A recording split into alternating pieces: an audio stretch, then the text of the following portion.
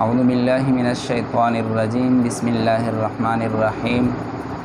وقال الملك ائتوني به استخلصه لنفسي فلما كلمه قال انك اليوم لدينا مكين امین صدق اللہ العظیم۔ معزز سامعین، جب حضرت یوسف علیہ السلام کا معاملہ بالکل صاف ہوا اور یوسف علیہ السلام کی پاک بازی سب کے اوپر عیا ہو گئی اور یہ بات ظاہر ہو گئی کہ غلطی ساری زلیخا کی تھی، حضرت یوسف علیہ السلام تو پاک تھے اور صاف تھے، تو بادشاہ نے دوبارہ جیل خانے پیغام بھیجا کہ حضرت یوسف علیہ السلام کو پروٹوکول کے ساتھ میرے دربار میں لایا جائے۔ جب یوسف علیہ السلام وہاں سے آئے بادشاہ کے دربار میں اور بادشاہ سے ہم کلام ہوئے، تو بادشاہ تو پہلے حضرت یوسف علیہ السلام کا گرویدہ بن چکا تھا، ابھی جب مزید بات ہوئی آمنے سامنے بالمشافہہ کلام ہوا تو مزید حضرت یوسف علیہ السلام سے وہ مرغوب ہوئے اور حضرت یوسف علیہ السلام کو انہوں نے عہدہ دینا چاہا، لیکن 1 سال تک اپنے گھر میں اعزاز اور اکرام کے ساتھ رکھا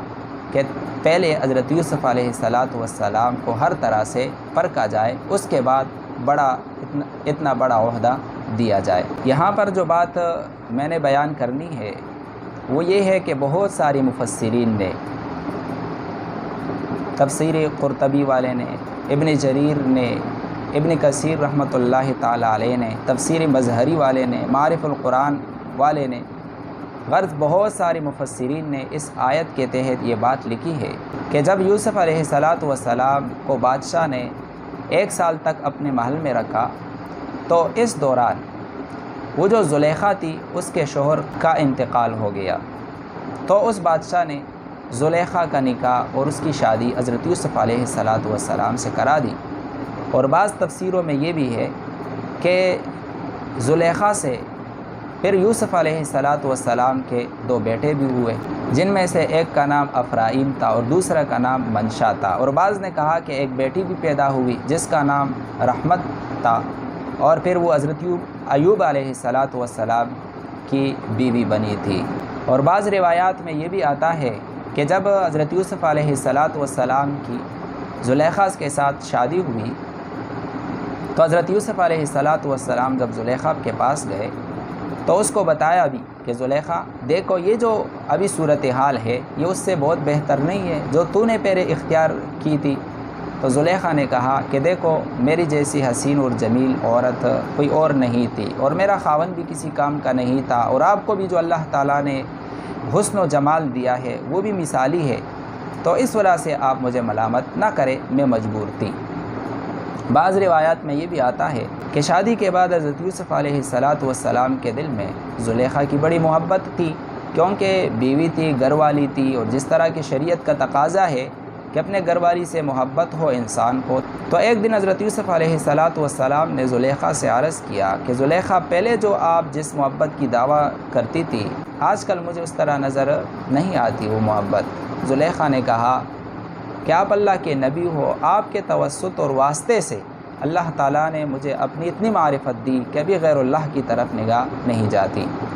تو بہرحال مفسرین نے حضرت یوسف علیہ السلام اور زلیخا کی شادی کو بیان کیا ہے، لیکن محدثین حضرات ان روایات کو ضعیف مانتے ہیں اور اس پر اعتماد نہیں کرتے، اور وہ ان روایات کو ثبوت کے درجے میں تسلیم نہیں کرتے۔ تو گویا کہ مفسرین حضرات اس کو مانتے ہیں جبکہ محدثین حضرات اس کو نہیں مانتے۔ تو بات یہ سامنے آئی کہ حضرت یوسف علیہ السلام اور زلیخا کی آپس میں شادی یہ قرآن اور صحیح احادیث سے ثابت نہیں ہے۔ بعض کمزور روایات یا اسرائیلی روایات سے یہ ثابت ہے اور اس بنا پر اس کو مفسرین نے ذکر کیا ہے، لیکن جیسے میں نے کہا کہ قرآن اور حدیث اس سے خاموش ہے، لہٰذا جب قرآن اور حدیث کسی اسرائیلی روایت سے خاموش ہوتے ہیں تو پھر اس کے بارے میں ہمارے لیے حکم یہ ہوتا ہے کہ لا نصدق ولا نکذب، کہ ایسے واقعات کی نہ ہم تصدیق کرتے ہیں اور نہ ہم انکار کرتے ہیں۔ تو حضرت یوسف علیہ السلام اور زلیخا کی شادی کی جو بات ہے، اس کو جس طرح بعض لوگ شد اور مد اور یقین کے ساتھ ذکر کرتے ہیں کہ گویا یہ بات یقینی ہے کہ ان کے آپس میں شادی ہو گئی تھی، تو یہ بھی غلط ہے، اور اگر ہم بالکل انکار کریں گے تو یہ بھی درست نہیں ہے۔ اس وجہ سے ہم یہ دل و دماغ میں رکھیں، اگر ان دونوں کی شادی ہوئی ہو تب بھی ٹھیک، اگر نہ ہوئی ہو تب بھی ٹھیک، قیامت کے روز مجھ اور آپ سے اس کے بارے میں کوئی پوچھ نہیں ہوگی، کوئی سوال نہیں ہوگا کہ بتاؤ حضرت یوسف علیہ السلام کی شادی کے بارے میں تمہارا کیا عقیدہ تھا، تمہارا کیا نظریہ تھا، کہ تم اس کو ثابت مانتے تھے یا تم اس کو ثابت نہیں مانتے تھے، اس بارے میں ہم سے سوال نہیں ہوگا، اور اس کے ساتھ ہمارا کوئی عمل بھی متعلق نہیں ہے، شریعت کا کوئی حکم بھی اس کے ساتھ متعلق نہیں ہے کہ جس سے ہمارے لیے یہ ضروری ہو کہ اس مسئلے کو ہم ایک طرف کر دیں کہ یا اس کو ثابت مانیں یا اس کو ہم ثابت نہ مانیں، تو یہ بھی ضروری نہیں ہے۔ تو اگر بعض مفسرین کے روایت کے مطابق شادی ہوئی ہو تب بھی درست ہے، اور جس طرح محدثین حضرات اس کو ثابت نہیں مانتے تو ان کے قول کے مطابق اگر یہ شادی نہ ہوئی ہو تب بھی درست ہے، اس میں کوئی قباحت نہیں ہے۔ اللہ تعالیٰ سے دعا ہے اللہ تعالیٰ ہمیں سمجھنے اور عمل کرنے کی توفیق عطا کرے۔